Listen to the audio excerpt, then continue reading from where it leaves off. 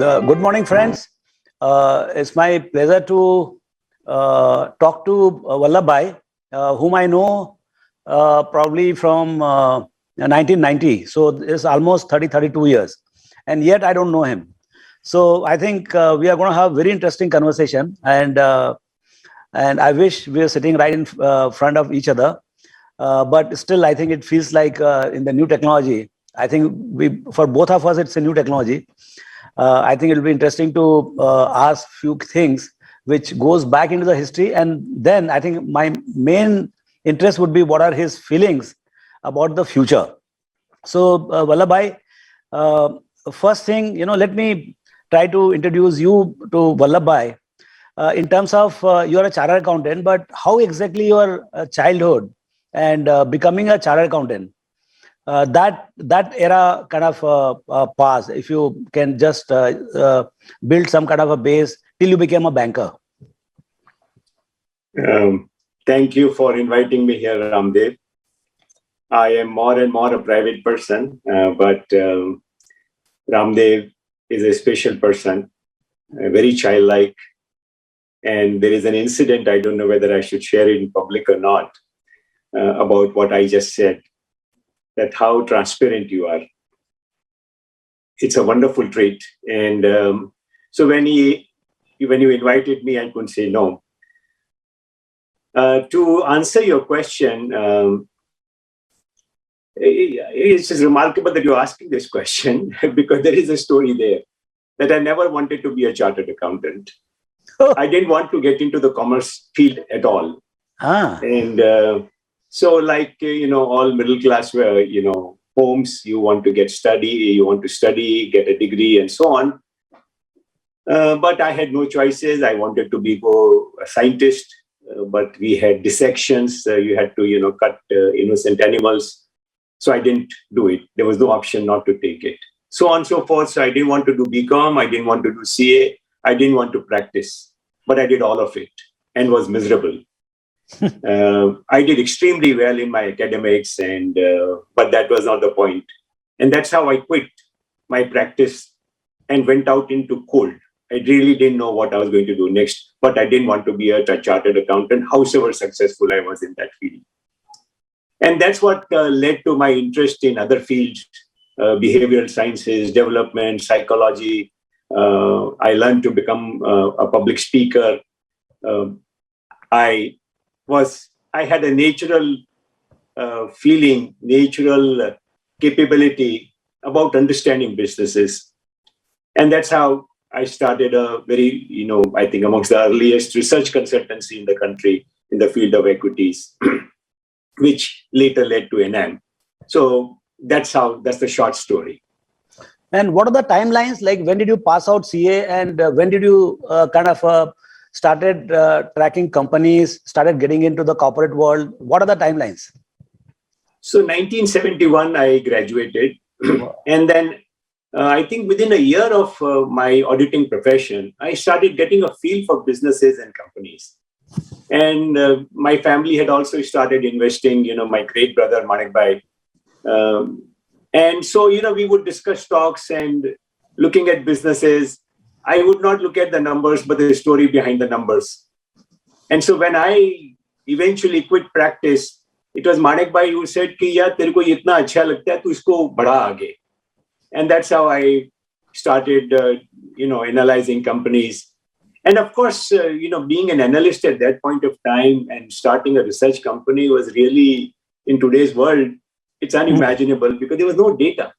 We had a stock exchange published directory, which was random, which was very structured, which was never in time. Some companies would get published once in 5 years, 3 years, the data would be get updated. Economic Times had probably half page of business news. The rest was all this planning commission and, stories about that.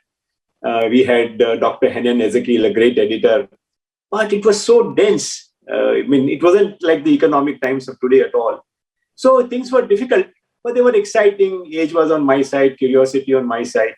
So that's how, then it became very easy. I went to my family while I was still an analyst And I said, you give me 1 lakh of rupees and I guarantee I'll double it in 2 years and I'll pay you 18%. So that was 82, 83. And then Nimish Shah was our family broker.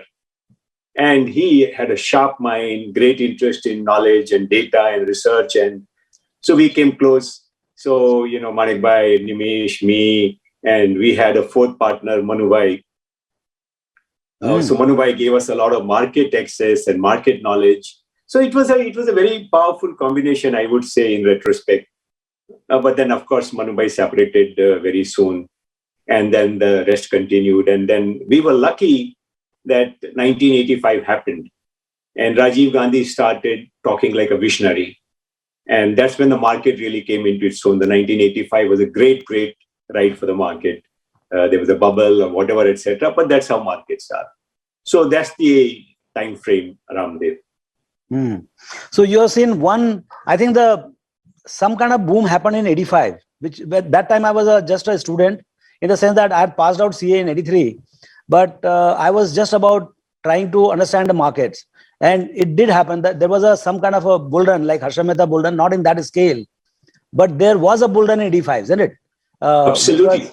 Absolutely. So at that time, I think soya companies and all, they did very well. So I don't know what was your kind of interaction with the market.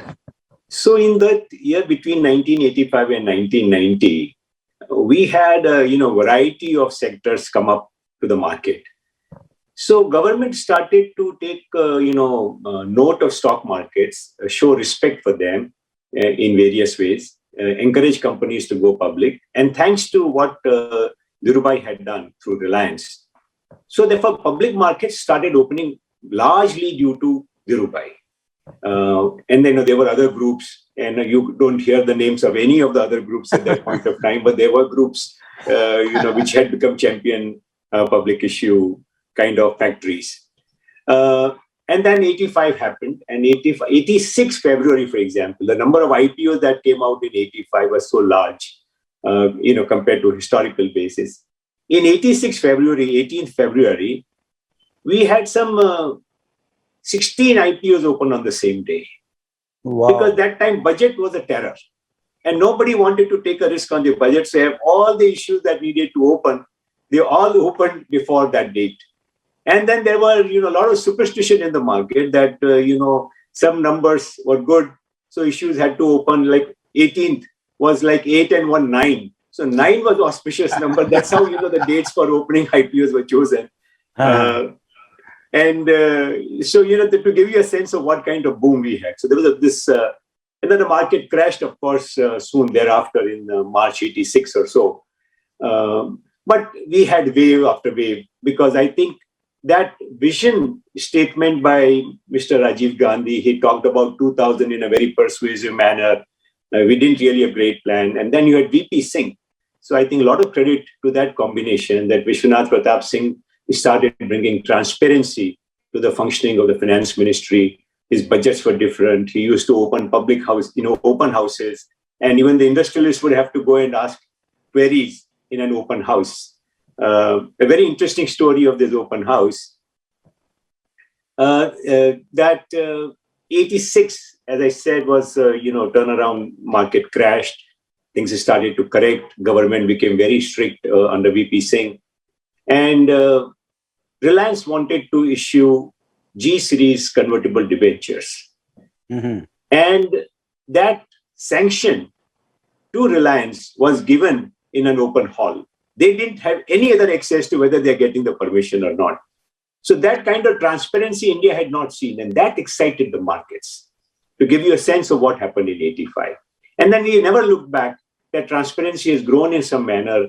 Reforms have grown. We have had pauses. Sometimes we have long pauses, but there has been no major, turning back on reforms.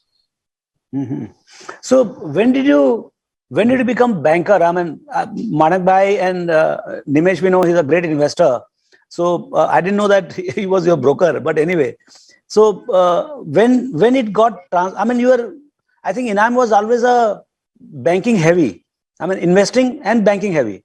I never remember, like at least in my this thing in memory, I never saw you guys as a broker. it was either an investor or a banker. So what was the thought process between three of you? To what exactly you went to build actually? So we were always investors at heart. But when I saw this experience of 1985, and because I was a professional, and I looked at things in a 360-degree manner, and there is something to my personality and my life mission also, was to build something and to create something to serve. And therefore, we were all investors, and I continued as an investor for several years until ENAM became a very serious responsibility. So interest in banking started rather slowly, but we saw that we saw a big opportunity in the IPOs, and IPOs have started to boom, that we could analyze companies and we could invest in them, and therefore we saw an advantage. So within no time, because of this ability to analyze companies better, and then the ethical practices that we started, I talked to my partners. I said that we will make money, I have no doubt, but we must also build a reputation. And to everyone's credit, we had two working partners also. It was a short meeting. Once I called a very serious meeting that, what is the objective? Because I had that different background. I had gone into this wilderness, so I was full of reflections. So I asked these vision questions, and there used to be funny meetings every, first 3, 4, 5 years that annually we would do this vision meeting, and it started, vision kya hota hai kind of thing. But we said we will build a reputation, and I wanted to build India. So that 84, 85, VP Singh and Rajiv Gandhi and all, it created an idealism in me that we want to build India. And throughout my career, I was very focused on building a greater India, and I'm continuing that in some manner. And therefore, we were brokers, of course, we were underwriters, but constantly the underlying streak was building India, and of course investing in India. So you have to put your money where your mouth is. So that kind of continued. Mm-hmm. Because somewhere, first thing is that your competition at that point of time, to be banker, I thought, maybe you were Mumbaikar, you had some at least net worth. Even few crores, 1 or 2 crores is large sum at that point of time. So, how do you, because it was a very close club kind of a situation. Very few, like you had a DSP, you had JM, you had, I don't know, who were the bankers at that point of time. Yeah. So how a young professional like you, nobody would know you. Tatas or Birlas or Manis, whosoever were the issuers, they would not know you. So how did you make an entry into that segment? How did you? Because you're a first-time banker, isn't it? Absolutely. So you're absolutely right. It wasn't easy at all, because they were all established. There were 2 generation, 3 generation old names. Bhupen Chambak, you're like the boss. Bhupen Chambak is right in front of the stock exchange. Yeah. So that was a kind of clout. So also a Jamna Morar, very old firm, DS Prabhudas, very old firm. They were 2 generation, 3 generation old firms. Yeah. And so breaking into it wasn't easy at all. But then, the new India is performance. New India is knowledge. New India is open for ideas.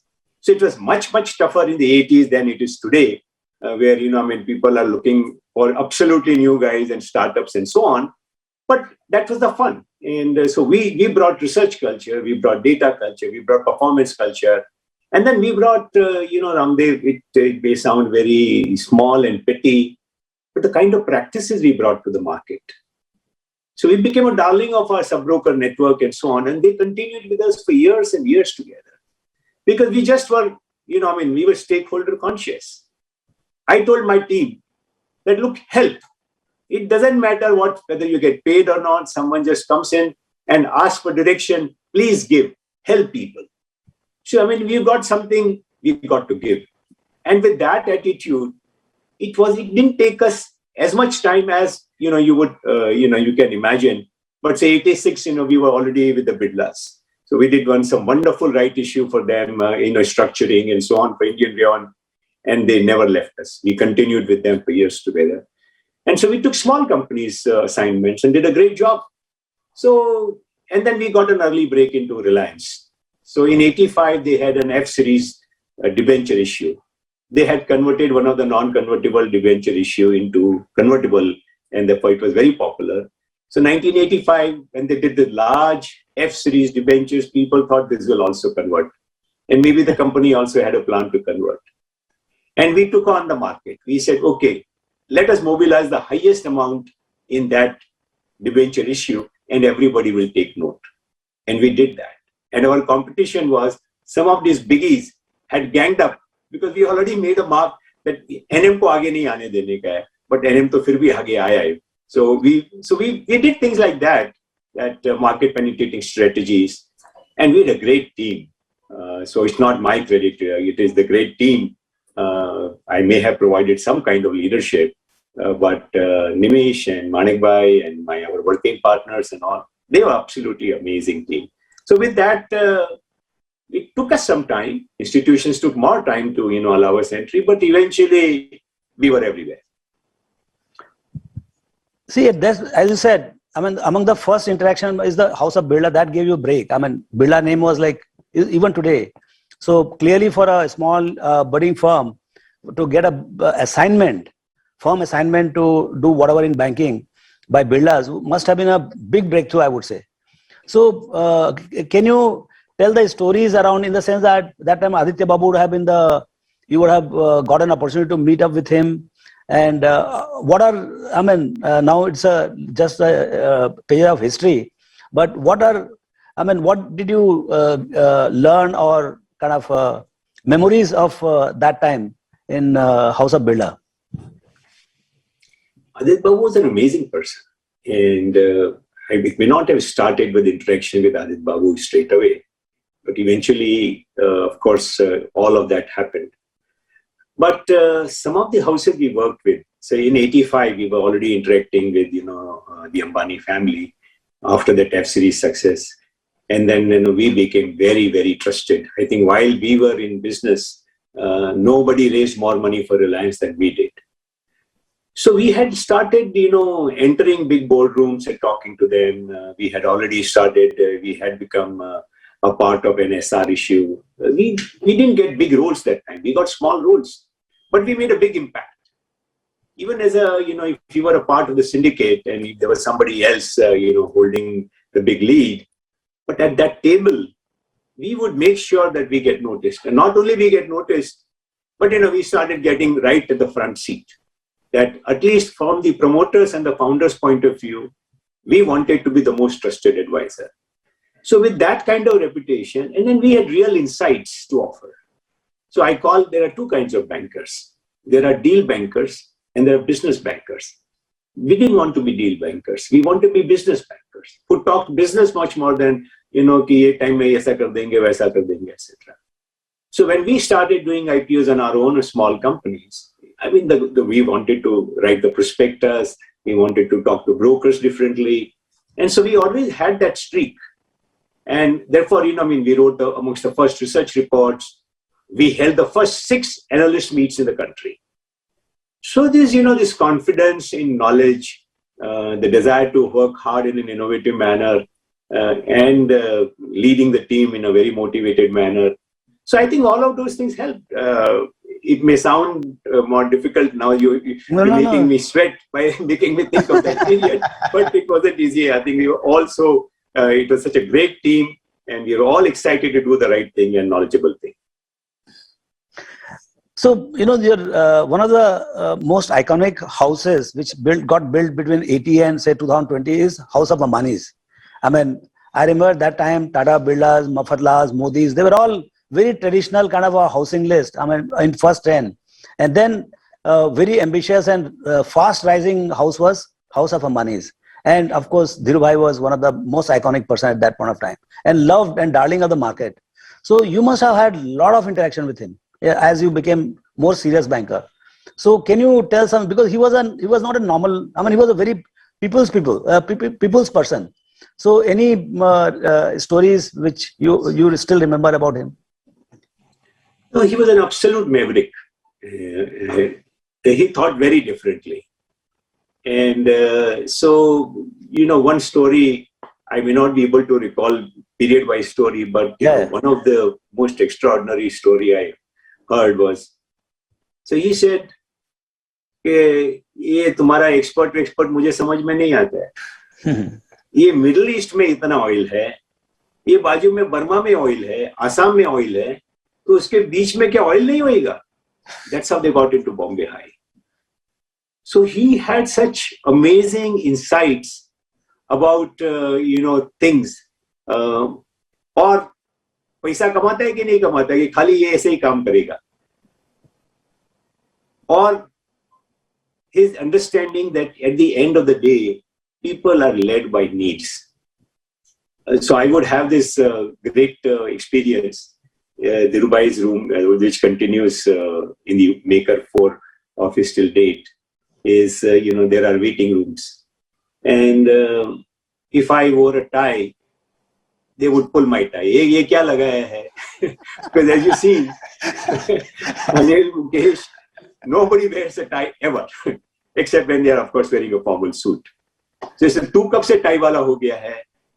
And so, I would speak in Gujarati. And then, this specter of, all these highly qualified people, sometimes, you would share a waiting room. They would be sweating. They would be so eager to meet Dhirubhai.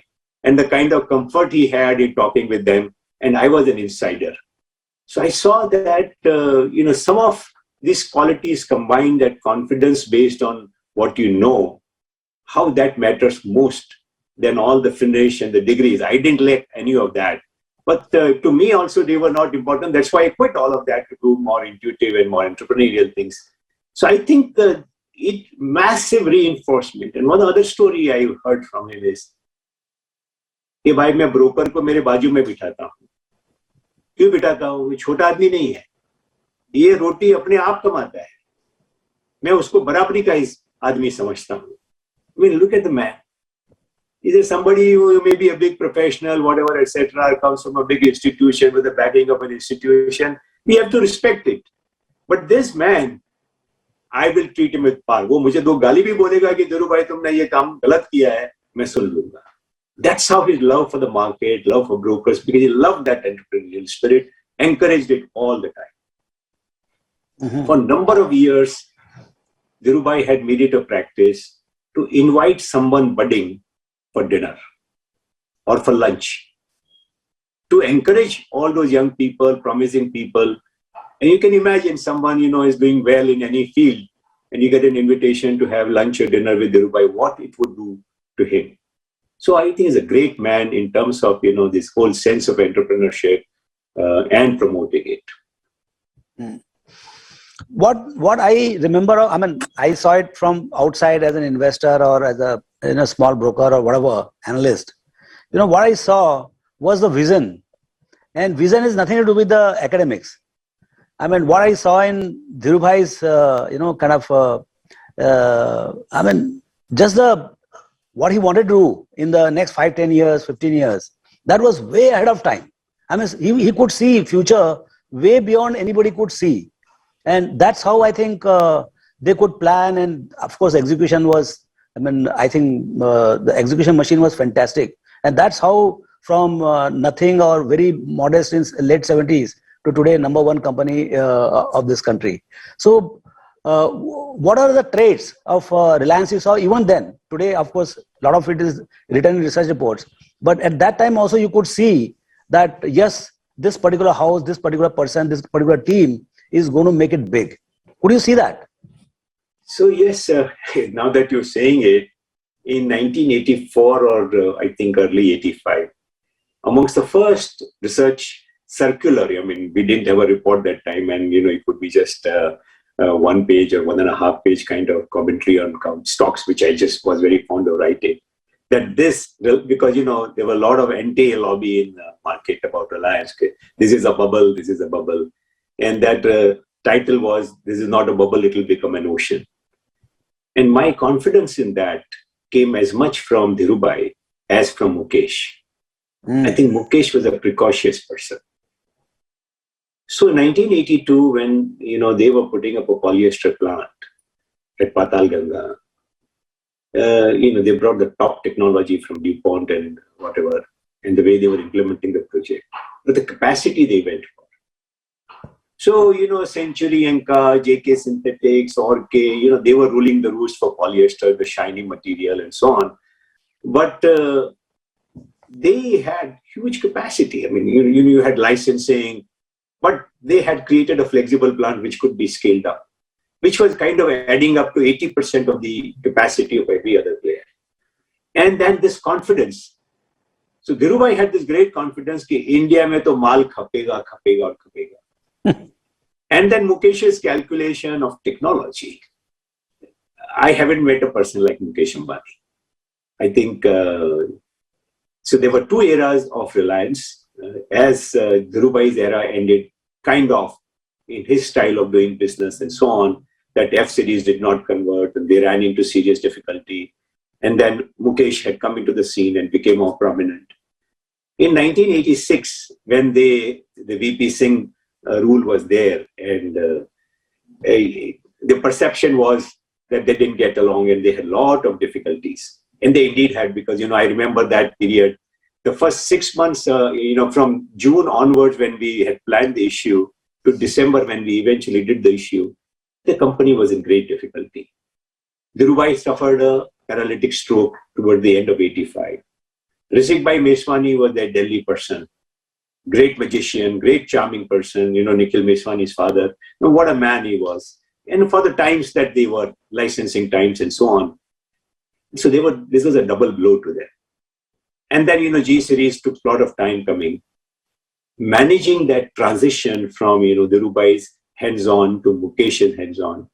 And then how he took that period from 86 to 91, when the new government came under Narasimha Rao, was an extraordinary period of consolidating, learning, changing the whole management, changing the whole team. And 91, then, we did the next round of funding. And we did, he put up the gas cracker at Hazira. Now, a lot of people take risks in India at that time. Either you were risk takers. The Dhirubhai wanted to break into the club, so obviously you had to take many risks in many areas. But you take calculated risk. So bringing this calculation, bringing predictability, bringing certainty, bringing modernity, all of those things have been done by Mukesh, and to what extent? I mean, I don't know a more knowledgeable person than Mukesh Ambani. He will tell you what is the number of schools in this country, how many primary, how many secondary, how many in government. He's not in education. Field after field, he will just absolutely bamboozle you with his depth of knowledge. Way back in 90s, he would talk about entertainment, about telecom, what not. It's even today. If I meet Mukesh Ambani, I feel I'm not afraid to meet most people in life. But you meet Mukesh Ambani, say, Pata nahi Mukesh bhai kya puchenge abhi, kya bolenge, what response he wants and what. And he kind of, gives that respect to people. So I think the inventiveness that he has shown. Say, for example, take this. When you're putting up a gas cracker, and India didn't have facility, we didn't have raw material, we had to import, Zardus, EDC, etc. And then they had to put up what is called an SBM, the submerged mooring, outside into the ocean, and then, ship can, because Indian ports were not good enough to bring those kind of containers, those kind of ships. He studied that technology. The world thought, kaisa ho jayega, waisa ho jayega. But, the rest is history. That Hazira plant is a huge complex, and Jamnagar is an even bigger complex. This is Jamnagar, how can you put, Pakistan is next door. First thing, they will come and bomb you. And he created the largest refinery in the world there. It does not come from Mukesh Bhai does not take blind risk. It is so calculated, and he'll bring the technology. He had to bring all the teams. Such teams were not available in India to build, those kind of projects. And how he does it? He bloods people. He'll say, Vallabh, there's a galti ho gaya na, koi baat nahi. I know your heart is in the right place. You're applying your mind. Kar le beta.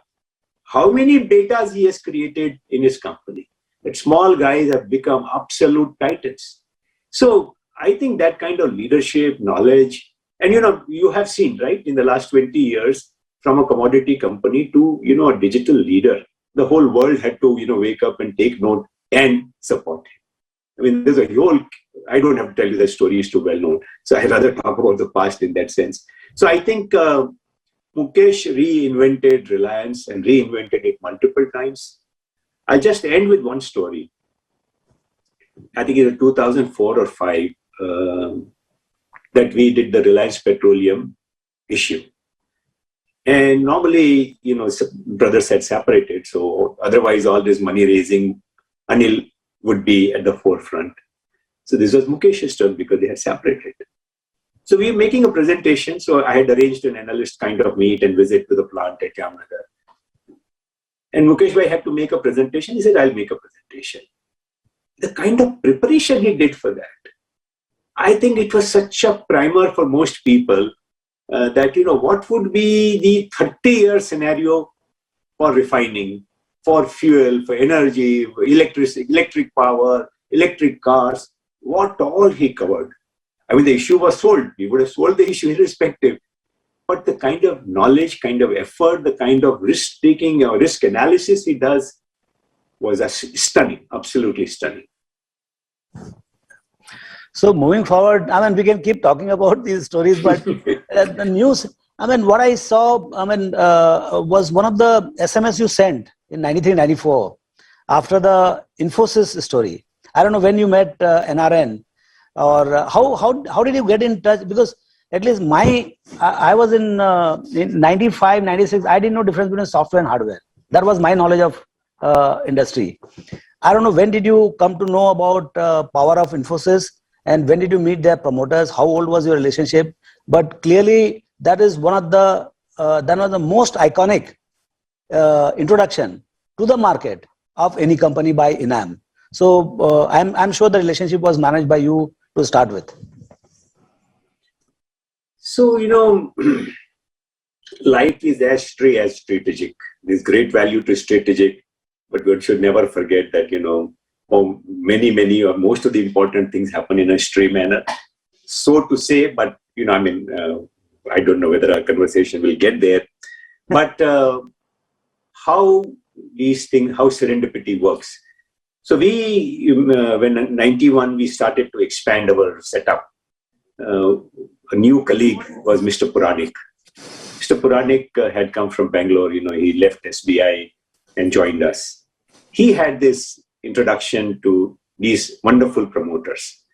And so he said, look, they want to go public and I think we should go and meet them. That's how I went to meet Mr. Murthy and his partners. And it was fabulous. I think someone which was a small company in a sector which others didn't understand, and they wanted to do things very differently. But the kind of confidence, clarity, values that we could all... Puranik, of course, had some experience that how hardworking, honest, and, a wonderfully combined team they are.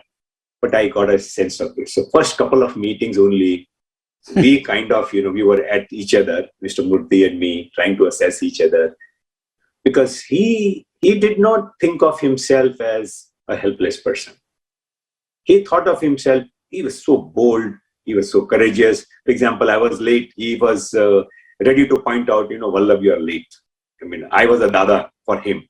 But it didn't prevent him from, stating that, look, values and discipline matter here.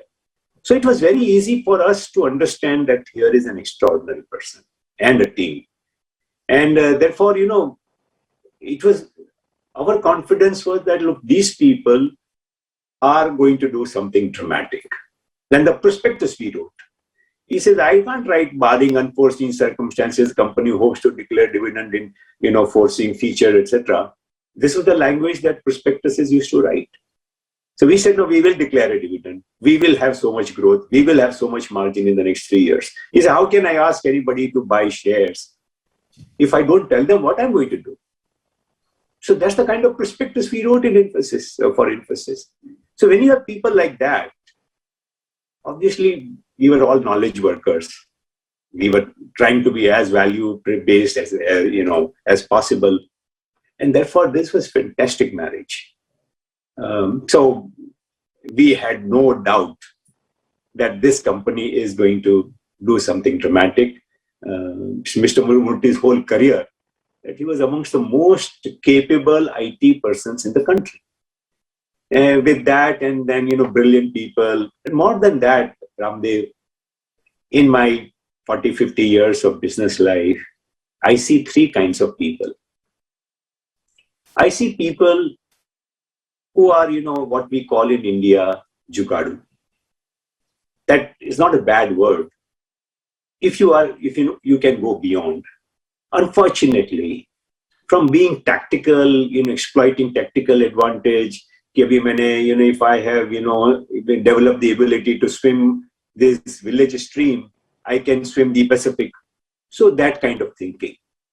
Unfortunately, large number of entrepreneurs I had to work, lot of them had great promise and they failed for what I would call, avoidable reasons. The second set of people I worked with were strategic thinkers. And there were some amazing, I think Harsh Mariwala I would put amongst the topmost of strategic thinkers. And then there were some people who went beyond. So, what is enterprise? Enterprise is, nature provides two things. It provides a challenge because everything is changing and unpredictable. And there are constants and predictable things in nature if you can find them. There are constants. What are constant? Values are constant. So those who can understand this. So Mr. Murthy was a finest example of this ability that, it doesn't matter, these uncertainties and all will happen. But I can see what is abiding in nature. I will build my company based on this. That means if I ask someone to invest, what am I telling? What am I promising? Someone can get away with it. I am not getting away with it. I'll make myself responsible. And to tell you something, that how you can distinguish great companies. So, issue settlement used to take many months. There used to be 2-month, 3-month period between IPO and listing. Everything was so slow. This company was a small company. IPO had its share of difficulties. The company did not sit in a large amount of cash. The IPO was all of 13 crores, that's all. But Mr. Murthy said, all these people who worked for me, the advertiser, the travel agent, and so on and so forth, the practice was that when the IPO funds will come, we will pay. He said, no, I don't have too much money, but I don't want anybody not to be paid. So we were stunned. I said, no one does that. And even these people understand that we listing hoga to paisa milega because that's when the money will get credited to your account. He said, nothing yet. So I said, we didn't take our fees and our underwriting commission and all. But Mr. Murthy said, let me pay everybody else. He paid everybody else from the cash flows of the company. So I think what Mr. Murthy has done for this country is not less than independence, freedom for the business world. What he and a few others did in terms of software capability of the country, Mr. Murthy's contribution of global delivery model, it has saved the country all these 30 years. That $150 billion of solid, high quality exports that we have is thanks to people like Mr. Murthy. So, this understanding of tactics, of strategy and values is all about my learning in last 30, 40, 50 years. I think Vallabh bhai, one of the most defining thing after Infosys listing was the transparency in the corporate governance. And they were, I have attended few of their annual days. The transparency was actually hurting them. The amount of question you could ask there was really hurting, and still they were not stopping in disclosing. And that was the biggest boon to the industry itself. And from there to other industries. Absolutely. So question is, this is the understanding, right? So, these are all philosophers. When we sit, whether I sit with Nandan or Murthy or Krish, anybody, these are people seeking serious answers. Murthy Saab says, I'm not a philosopher, I'm only a karma yogi. But you are a karma yogi, you are so knowledgeable, so insightful. I got him to give the first truth talk. He really established all the rules about truth talks. So he said, truth is what? Truth is, to answer your question on transparency, he says, truth is honesty. So honesty is, of course, telling the things as they are. But they are transparency. That means I go beyond what I need to tell. Because People may be making assumptions. I don't want them to make assumptions. And third is integrity, is acting out of, the truth. So if I want to be trusted, it's a question we all want to be big. So I call there is a whole journey from being self-serving to serving. Mr. Murthy and all people are like that, from self-serving to serving. So they don't think of in terms of, being hurt, because they are there for serving. So, all businessmen say, Mahatma Gandhi says customer is the reason for which we do business. Not many understand it. Because your customer is not the only one who is paying. Customer is everybody who is a stakeholder. So, great companies, I think there are two houses in the country who have practiced this amazingly, is Infosys and Tata. That's why, if you understand this, that employee is also my customer, that's when your employee will give his life if he needs to. And that's what we saw in Touch. So, if you want to be it is the most very few people journey from being an entrepreneur to creating an enterprise. If I'm so full of myself, I can't create an enterprise. And to create an enterprise, some of these challenges that we think, this will hurt you, that will hurt you, don't give this money, that money, it doesn't work for them. They are looking at all these great connections कि कितने हिसाब है, I want मेरा हाथ हर हिसाब में ऊपर होना चाहिए.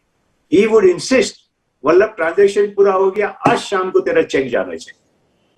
Same evening the check would come to me and to anybody to whom the money was due. He said, why should he wait? They think very differently.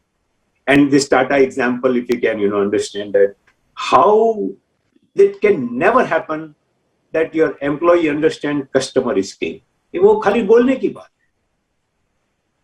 Tata Motors, we remember, Uday Kotak narrates this story that how Tata Motors bills were being discounted in the market, and this is money for jam, thinking Tata will never default. That confidence that, they took 8 months, 9 months, things were very difficult in India. But said, Tata ka paisa to aa hi jayega. He built a whole career. Uday says, that was my foundation. So I think these rules for becoming a great enterprise, abiding enterprise, doing much more than just business, those rules are very different. Most people don't get it, and therefore they don't last more than 5, 10, 15, 20 years. I have great pain that I gave a start to so many of them. So many were so bright and intelligent, but they could never go from being self-serving to serving. Self-serving to serving. I think, again, Infosys story, this is one of the greatest... Sorry, Ramdev, you're not... No? You can't hear me? I can't hear you. You can speak louder. Hello? Are you getting the sound? No, it's still faint. Can you bring the microphone closer to your mouth? Yeah. Can you hear me now? No, something has changed, Ramdev. Something is... Just one second.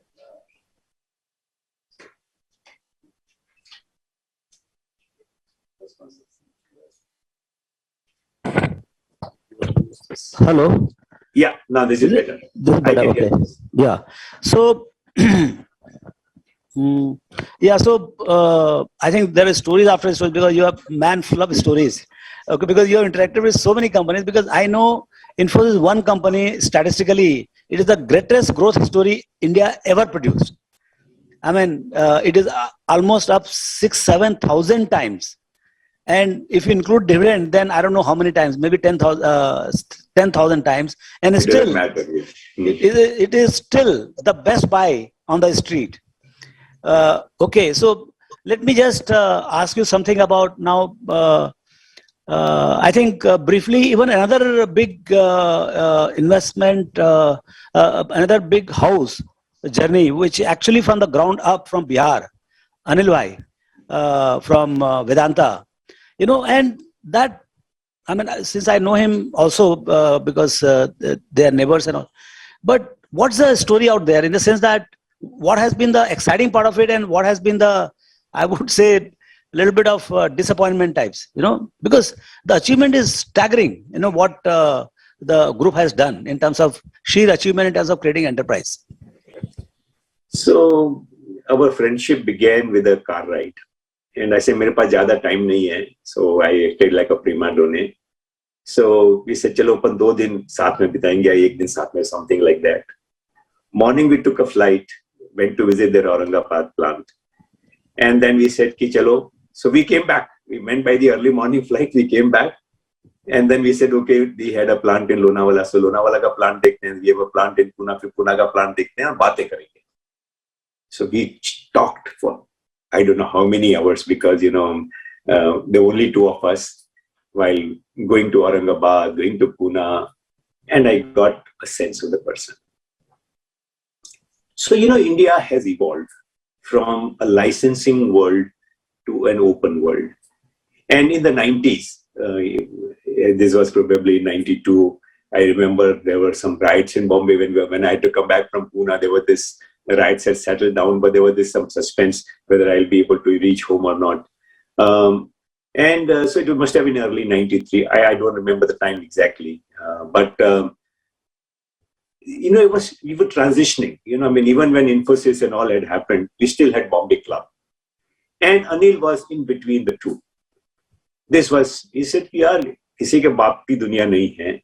Sabko mauka milna chahiye. And I love that spirit, because building India couldn't have been done without many, many entrepreneurs. But he said, ki yaar, this is not a discussion that you have in tacit, specific words, implicit words, but explicit words, sorry. That Vallabh, मैं जो बोलता हूं मैं करके दिखाऊंगा. And then, I raised the first big money for him for the copper smelter at Ratnagiri. And that ran into serious difficulty. Whatever happens, there are many, many stories in it. But then, you see man's commitment. Then we will take it to Tuticorin, howsoever, we will keep our promise. That plant had difficulty, some legit, some illegit. And that controversy continues even after, almost 20 years. But that commitment to do something new, do something dramatic, and keep it simple. Even today, if we meet, Anil wants to talk 2 minutes about business and 58 minutes about other things in life. He's such a simple, humble person. But he said, yaar, काम तुमको समझ में आ गया ना, तो फिर इसके ये क्या नाटक, शाटक, English. So I think I haven't seen many people in this country, maybe these are unmatched, that kind of humility and that kind of toughness. Actually, to be really tough, you have to be humble. That you're not bossing over others, you can take all the nonsense. So what he has suffered in terms of Orissa, if you have 50,000 crores of investment, and then people going back on their word, is basically, whosoever is ganged up. I don't want to say this in a public forum, but I have seen, what he's made of, what challenges he has taken. There are failures. You talked about, not so exciting things. But look at his delisting, right? I mean, you couldn't get 24-hour extension when everything was there. And whatever happened. But he still said, all right, I'll find another way. So he survived the Ratnagiri smelter issue. He survived the Orissa issue. Now this whole cane threat. And, to come into resource business, he used to say, yaar, ki Vallabh bhai, ye dharti mein itna sona pada hua hai. Ye jo desh amir ho gaye, they all exploited Africa, this, that, etc., looted them. And, why we can't exploit? So you will always find, whenever he is on a public forum, policy forum, he'll talk about the resources on the ground. And to build a huge resource company with a plan in India is not easy. So, and to buy 2 PSUs. So I think the simplicity, that humility, that toughness, even if I don't have the sophistication and finish and all of that, I have few brilliant people with me. And today he lives in London. He has all these Goras work for him. It's an amazing story, but his belief in God, his humility, his amazing sharpness as a businessman, and keeping it very simple, keeping it extremely simple. He reduces everything to mere paas so very good table, but you'll never find any paper on his table. That's the kind of simplicity he wants to carry in his mind. So he's always a solution founder. First day, Avrastani.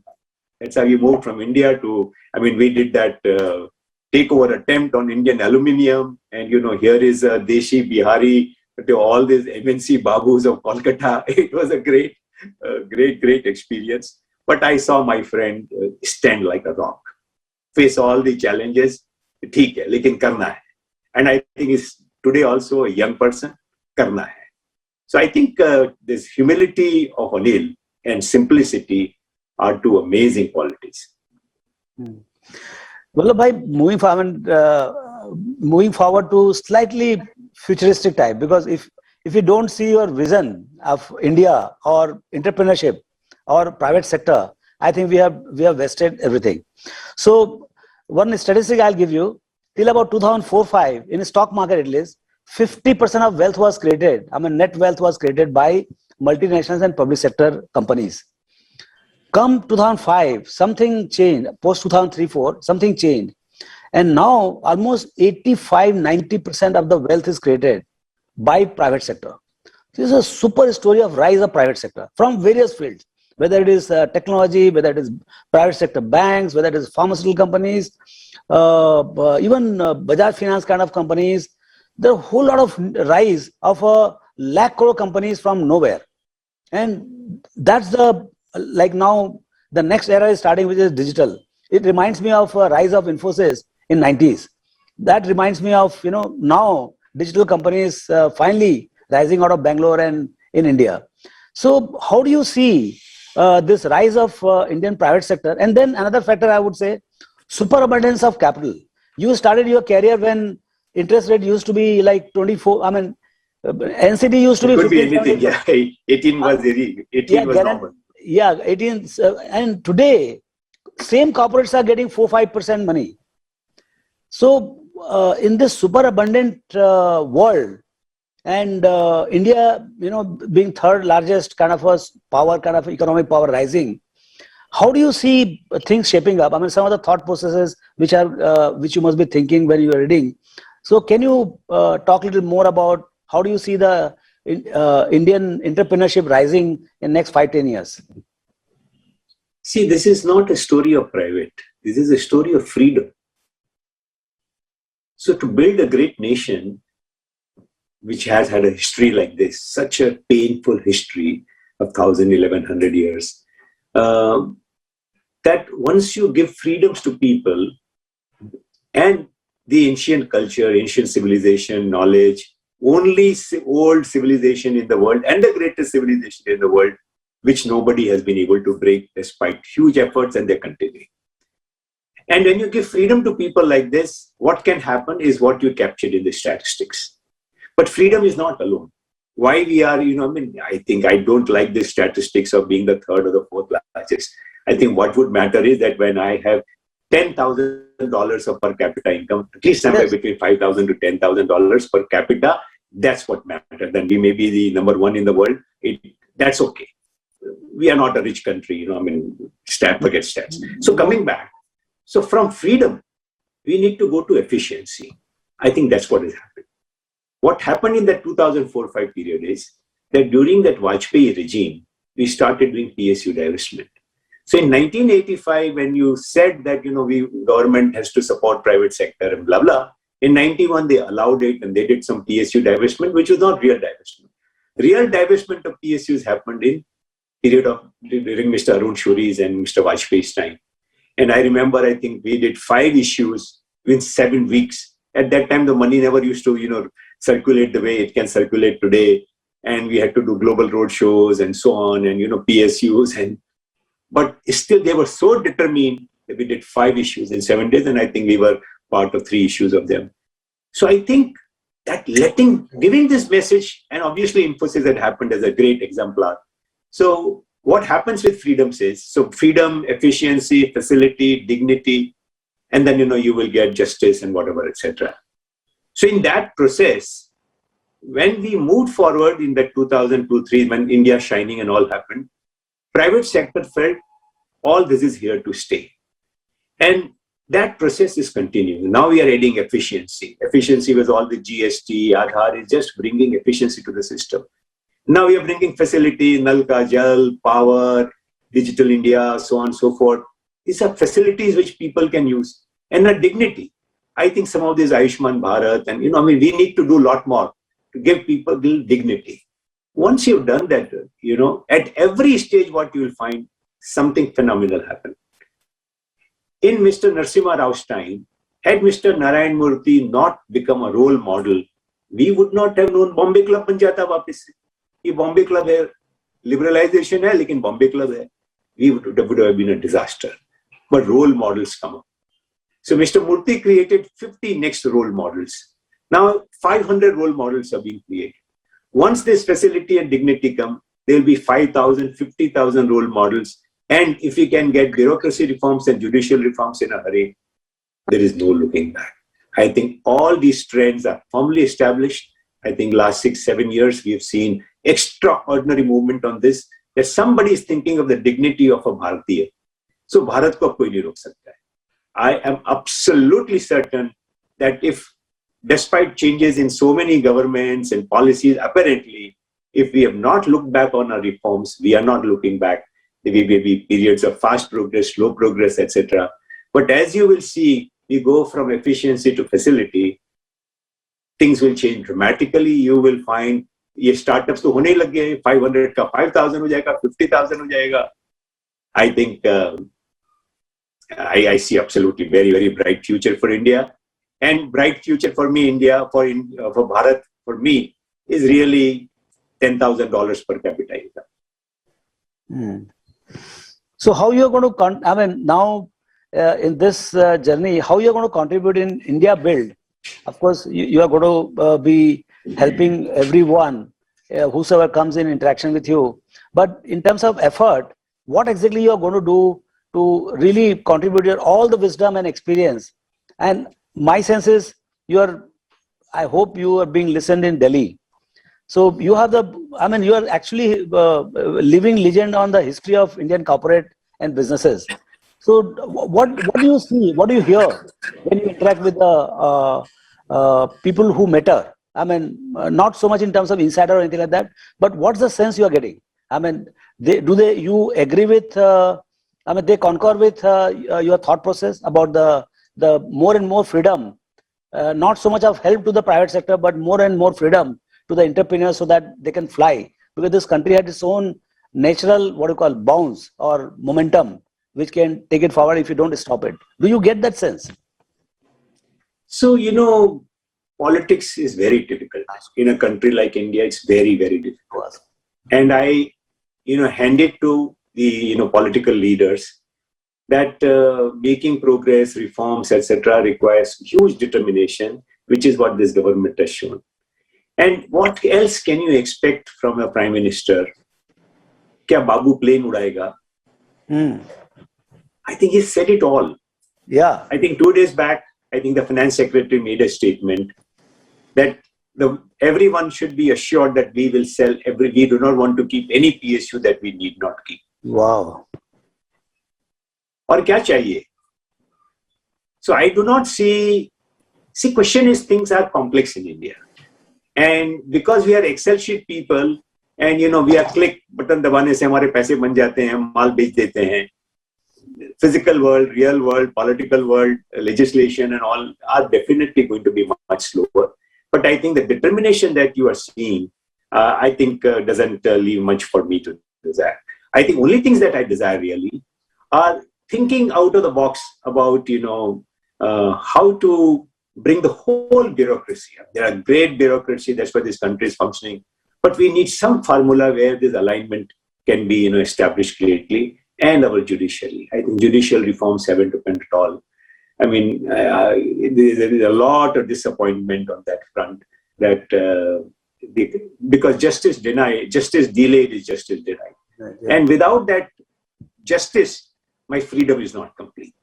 Whether it be personal, judicial issues or business judicial issues, property issues, whatever, etc. How do we expedite this by 10 times? So till then, our freedoms are not complete. And I'm talking all of this in the context of freedom. So this government's determination to use technology, I think what else can one want? I think this GST, I hope that 1st August number is going to be a spectacular number. And 1st August, 1st September, those two numbers, if are spectacular numbers, I think the confidence in India, already Bharat mein rahi confidence, this will go up even further. So I see, you asked me, so of course we have Flame University where we are trying to do interesting things. I made a movie about India's civilization because that dignity I talked about is very, very important. I would encourage you and all your viewers to watch, this. I will send the link to you, Ramdev. आप अपने लोगों, you distribute it amongst all your people. It's an extraordinary story not told. That what is Bharat, and why Bharat has survived. Was Bharat Gulam ever? So we do not know our history. Our history has not been taught to us. So we have captured, philosophic, architectural, so many histories we have captured in this 19 episodes. So I involve myself in projects of that kind. I'm deeply involved in Vipassana, which I think India, this is a spiritual age. We may not recognize it, but what technology is doing is, technology forces us to be truthful. There's no cheating possible. So from a whole that licensing world to this technology world, which forces transparency and truthfulness, it changes us from inside also. Plus a movement like Vipassana, which is like the most powerful silent revolution in the world. I'm deeply involved in Vipassana, I am involved in another project where we want to change the cropping pattern and make that income of farmer 3 times or maybe 5 times of what he is doing today. So it's a huge project, taking water first and persuading him to alter the crop and then to sell that crop at a profitable price. But these agricultural reforms, again, are already taking roots on the ground. And I think in a couple of years' time, we are moving from that direction. The people are moving and combining forces. I'm involved in another program of value education. And I think that Bharatiya Jain Sangatana, of which I'm a part, has done the greatest revolution in education in the whole world. That we developed a program over 6-7 years. Devendra Fadnavis liked it, introduced it in government of Maharashtra, and that program went to 70,000 government schools. Government schools teach 80 to 85% of all children. If you don't get to government schools, you don't move the needle. All primary, this is the share of primary schools that the government has. And we introduced value education, something which was missing. All these things take time, all these saplings will become very big in a few years' time. So trying to do my bit. Yeah. Great. So just last question. You have, I believe, library of mistakes. I think more than I would like to learn from your mistakes rather than myself committing mistake and then learning. Absolutely. So 1 or 2 really huge learning of yours through the mistakes. And I think this is the last question. And I think, so we would be very happy to hear few things which you'll never do it because you suffered in that. So I do not know whether I will not make those mistakes again, but maybe I will not make it in the same manner. And so, for example, trusting people. I have been very, I back the entrepreneurs, I back employees. NM has this pride that, we created so many leaders in the financial world because, I would trust them and empower them. But sometimes you suffer. So I built some enterprises based on people and some of them went wrong. So I'm going to be more careful about it. So that is one. The second part is that I would have more fun in life. I probably was so busy and so serious. Because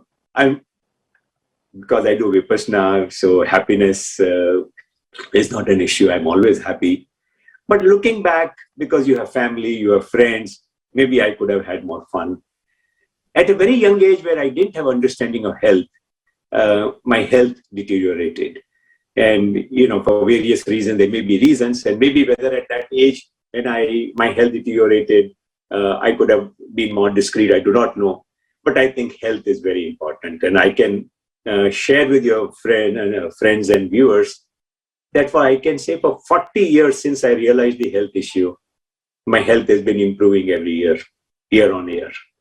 But do look after your health. Thank you, Vallabh Bhai. We can go on for the whole day, but I think it's most wonderful. And I now know you much better than the way I used to know you just an hour before. So thank you very much. And thanks, listeners, for joining the forum. And Navin? Yeah, thank you so much, Vallabh Bhai. Thank you for having me. Really appreciate your taking the time. Thank you very much. Thanks.